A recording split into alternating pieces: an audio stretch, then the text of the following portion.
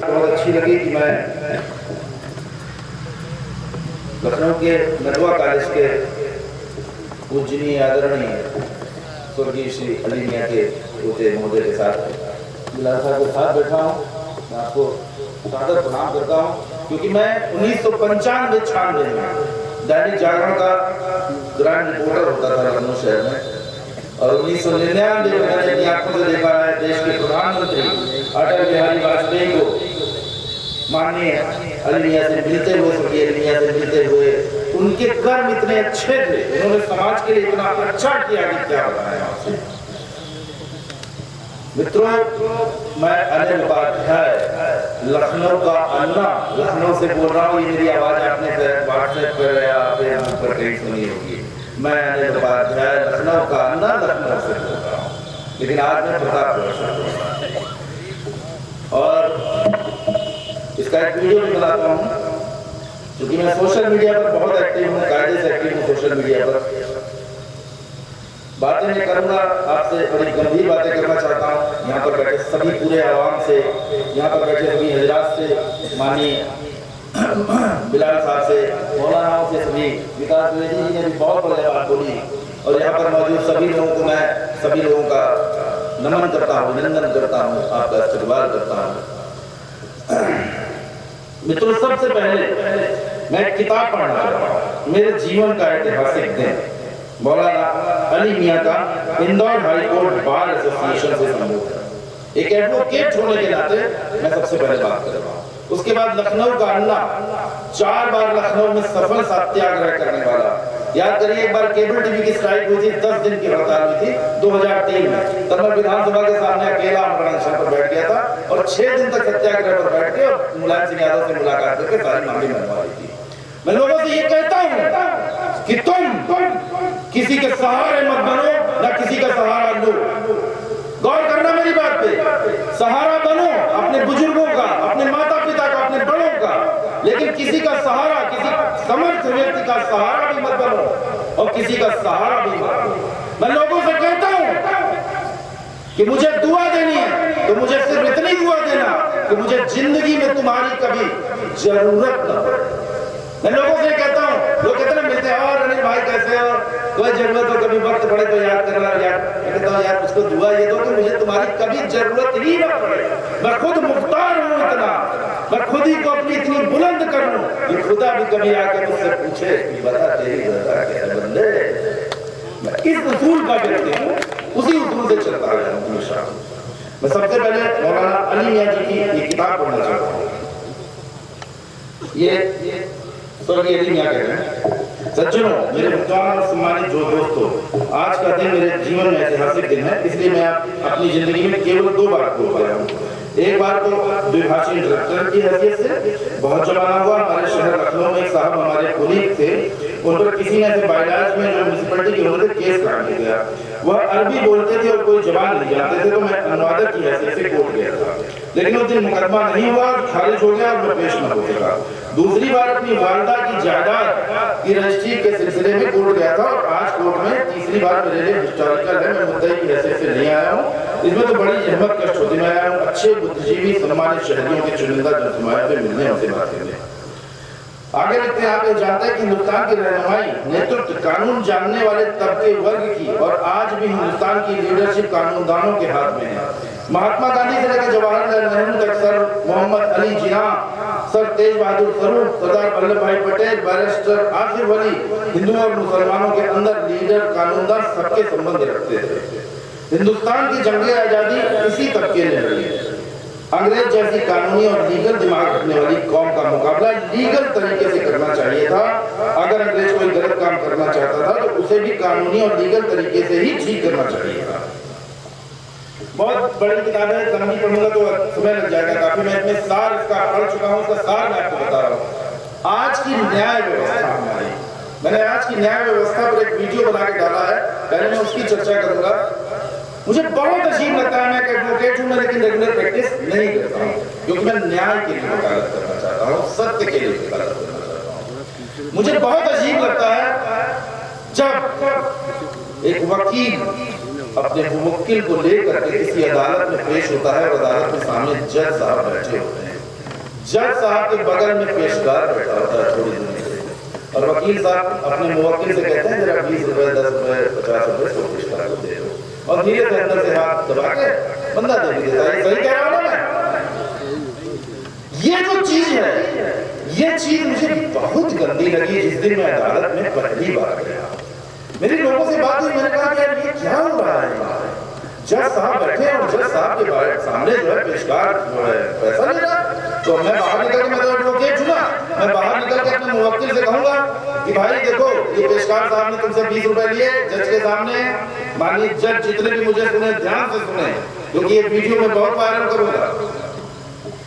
जज साहब के सामने जब पेशकार पैसा लेता है और जब मैं वकील होने की हैसियत से बाहर निकल के उस मुवक्किल से जिसने 10-20 रुपए पेशकार को दिए, मैं अपनी बात कर रहा हूं, मैं वकील होने के नाते या कोई भी वकील अगर वकील होने के नाते बाहर निकल के उस मुवक्किल से कहता है कि जब जज साहब ने के सामने पेशकार ने 20 रुपए लिए हैं तो तुम्हारा मुकदमा खत्म कराने के लिए तो इनको 5 लाख रुपए देने पड़ेंगे, तो एक बात बताइए मुवक्किल ये बात मान जाएगा ना?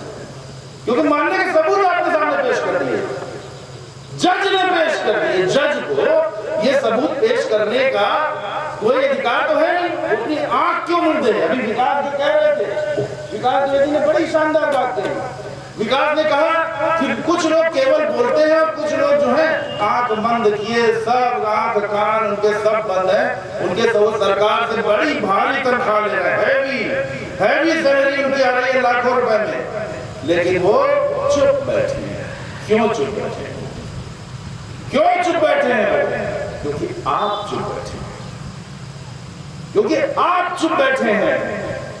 आप बन जाते हैं किसी पार्टी के, आप बन जाते हैं किसी धर्म के, मैं हिंदू हूं या मैं मुसलमान हूं, मैं भारतीय जनता पार्टी का हूं या मैं कांग्रेस का हूं या मैं सपा का हूं या मैं बसपा का हूं, लेकिन आप केवल हिंदुस्तानी क्यों नहीं बनते?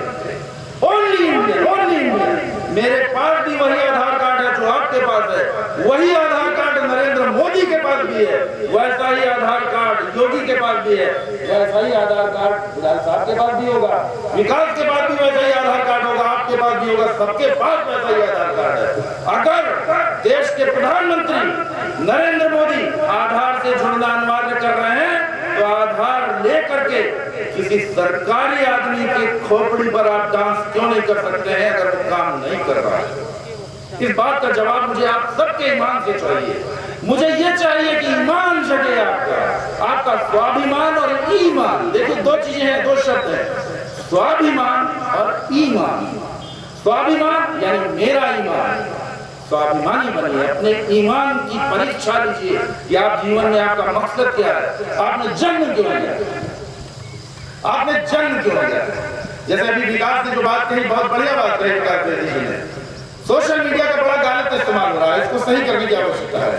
सोशल मीडिया पर हम बहुत जल्दी चीजों को भड़का देते हैं और मैं सार्वजनिक मंच से स्वीकार कर रहा हूं कि 26 जनवरी से पहले मैं भी 26 जनवरी से पहले मैं कट्टर हिंदू, मुझे बड़ा मजा आता था, लड़के कमेंट लिखते थे तो मैं कट्टर हिंदू में भी लिखते था।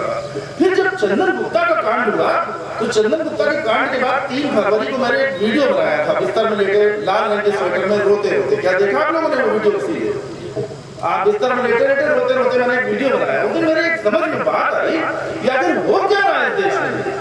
मीडिया चैनल अभी मैं कह रहा था मौलाना साहब से कि जब मैं दैनिक जागरण में 1995-96 में था तो पुराने लखनऊ में एक छोटी सी बात को लेकर के शिया सुन्नी में जरा सा विवाद होता था।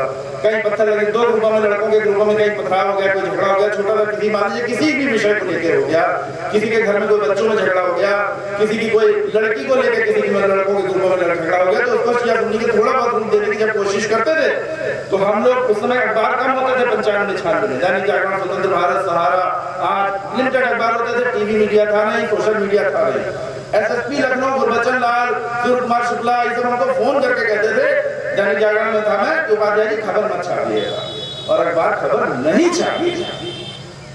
गौर करिए मेरी बात को, 1995-96 में जब सोशल मीडिया नहीं था, टीवी न्यूज नहीं थी, तब अखबार विवाद फैलाने वाली, अफवाह फैलाने वाली खबरों को नहीं छापते थे, रोक लेते थे। प्रशासन से शासन से हम लोग सहयोग करते थे। और आज social media, TV media, print media तो थोड़ा फिर भी कम है, लेकिन सोशल मीडिया और टीवी लगाई जा रही है, उसको रोकने की जरूरत है, बहुत सख्त जरूरत है। क्योंकि सोशल मीडिया की वजह से मेरा दिमाग जब खराब हुआ, मैंने कहा मैं कट्टर बन गया। ये बताइए मैं कट्टर, मैंने लेटा जो मैंने लाल रंग के स्वेटर में रोते हुए मैंने वीडियो बनाया है, उसको सोशल मीडिया पर फेसबुक पर मेरे देखिएगा। मैं सोच रहा था मैं कैसे कट्टर हो सकता हूँ। मैं घर से अपनी निकलता हूँ एक्टिवा लेकर, जैसे अपनी गली की मोड़ से मुड़ता हूँ सामने, सबसे पहले वहां पे पहला जो सब्जी का ठेला लगता है अल्ताफ भाई का है वो। और भाई कैसे हाथ में हाथ दिलाते मिलते, हाथ दिलाते नमस्कार करते हुए आगे जाते हैं। मेरे बेटे को सत्यांश को जो सेब खिलाते हैं असलम भाई, अब असलम भाई की दुकान पहुंचता हूं, असलम भाई सेब काटते हैं, काट के एक आध और मेरे बच्चे के मुंह में भी डाल देते हैं। मैं कभी मना नहीं करता हूँ असलम भाई तुम सेब क्यों डाल रहे हो मेरे बेटे में। तो मैं लेटा लेटा सोचता कि यार मैं कैसे कट्टर हूँ।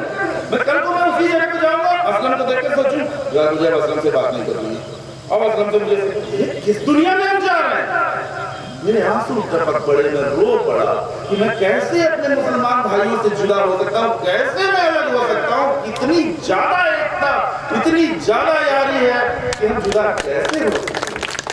मेरे मन में ये बात बड़ी तीर की तरह चुभी। एक वीडियो बनाया रोहित सल्ताना के बारे में, मैंने उसमें कहा कुछ मैंने बातें कही, मुझे इतना प्रबल जन समर्थन पूरे सऊदीया से, पूरे विदेश से, पूरी दुनिया से मिला है कि मैं आपसे क्या बताऊं। मैं आप सभी लोगों का आज अभिनंदन करता हूँ, वंदन करता हूँ, आप सबको नमन करता हूँ। माननीय श्री बिलाल साहब का मैं बहुत बहुत धन्यवाद देता हूँ, आप सभी लोगों का हार्दिक धन्यवाद देता हूँ। आप सभी लोगों ने जो ये कार्यक्रम यहाँ किया, आज समय की यही जरूरत है, ये वक्त की आवश्यकता है, ये वक्त की आवश्यकता है। क्योंकि योगी, मोदी और भाजपा की कोई इससे बड़ी गवर्नमेंट अब कभी नहीं बनेगी, कोई सरकार भी नहीं चाह सकती कि दंगे हों, लेकिन जिनको काम करना चाहिए, जिनको बोलना चाहिए, वो नहीं बोल रहे हैं। ये हमें उन्हें बोलना चाहिए, उन्हें आगे आना चाहिए, उन्हें आगे बढ़ के काम करना चाहिए। ये बहुत आवश्यक है आज की तारीख में। दोस्तों, लंबी बातें मैं नहीं करता हूँ, मैं सोशल मीडिया पर ही ज्यादा एक्टिव हूँ। आप मुझे फेसबुक पर देख सकते हैं, आगे भी मैं फेसबुक पर ही बोलता रहूंगा। आप सबने मुझे अपने बीच में यहाँ बुलाया, आप सबको मैं बहुत बहुत धन्यवाद देता हूँ। अपनी बात में समाप्त करता हूँ।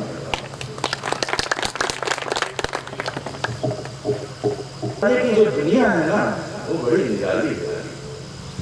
ऊपर वाले की दुनिया में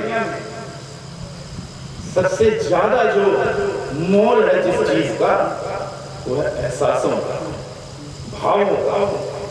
आप भौतिक दुनिया में भौतिक चीजों से लोगों को जोड़ते हैं कि उसके पास एक बड़ी सी कार है, उसके पास एक बड़ा सा मकान है, वो इतने बड़े पद पे पहुंच गया।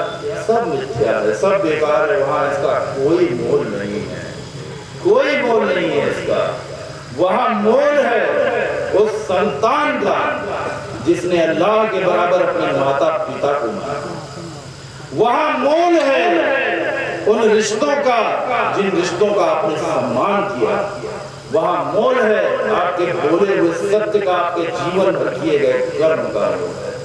सदा याद रखिएगा, सफलता का पैमाना हमारे जीवन में, जैसे पीछे बच्चे बैठे हैं, बच्चों तुम लोग, मैं तो बात करना चाहता हूँ, माइक दूसरा से चला गया, किसी से मैं बात करना चाहता हूँ। बच्चों तुम लोग बड़े होकर क्या बनना चाहते हैं? कोई से किसी से पूछो, कोई डॉक्टर बनना चाहता है, ये बनना चाहता है, वो बनना चाहता है, सब कुछ सब करेंगे, लेकिन सबकी सफलता का पैमाना केवल एक होता है कि हमारे पास बहुत सारे पैसे आ जाए तो हम सफल हो जाए। XYZ कुछ भी करके हम डॉक्टर बन जाए, या हम कोई IAS बन जाए, या IPS बन जाए, या किसी बड़े पद पे चले जाए, या बड़े व्यापारी बन जाए, हमारे पास ढेर सारे पैसे आ जाएंगे तो हम सफल हो जाएंगे। मेरी नजर में सफलता ये नहीं है, मेरी नजर में ये सफलता नहीं है। सफलता का पैमाना पैसे के अलावा कुछ और भी है। जैसे सलमान नबी भैया कहाँ गए, सलमान भैया के मैंने कल शाम को उनकी बड़ी तारीफ की, क्योंकि इनके अंदर बोलने की क्षमता है, बहुत अच्छा बोलने की क्षमता है। आप एक ह्यूमन बीइंग है। आपको एक, आप सबने देखा भी होगा सोशल मीडिया पे, रिलायंस के मुकेश अंबानी फैमिली ने मुंबई में बहुत बड़ा जलसा, बहुत बड़ा कार्यक्रम किया। उसमें मुकेश अंबानी की बेटी और बेटे ने भाषण दिया।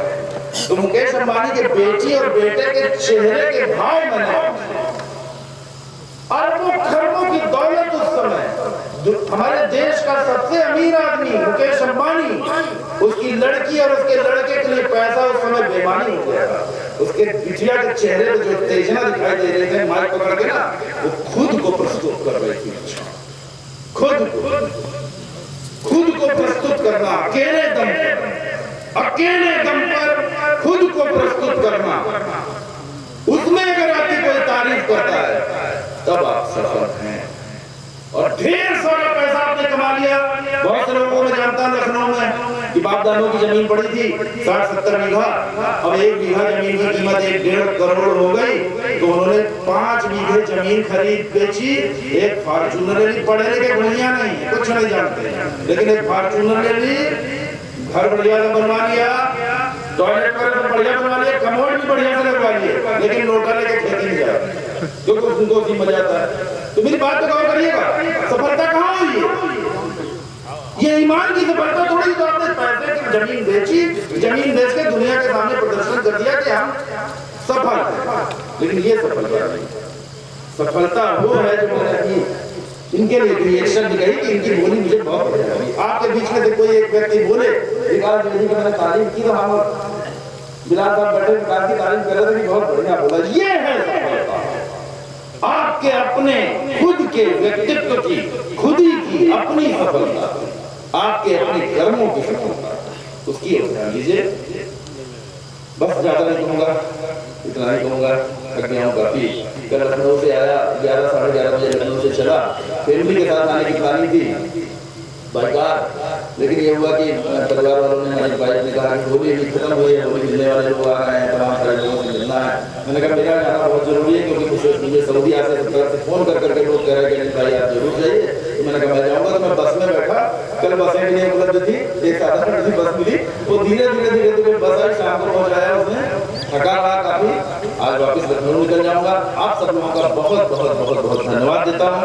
इस पूरे के पूरे कार्यक्रम की पूरी आयोजक टीम को हार्दिक धन्यवाद देता हूँ कि इतना बढ़िया कार्यक्रम इंसानियत के लिए, सच्चाई के लिए, एकता के लिए आपने किया। धन्यवाद। मैं अनिल उपाध्याय।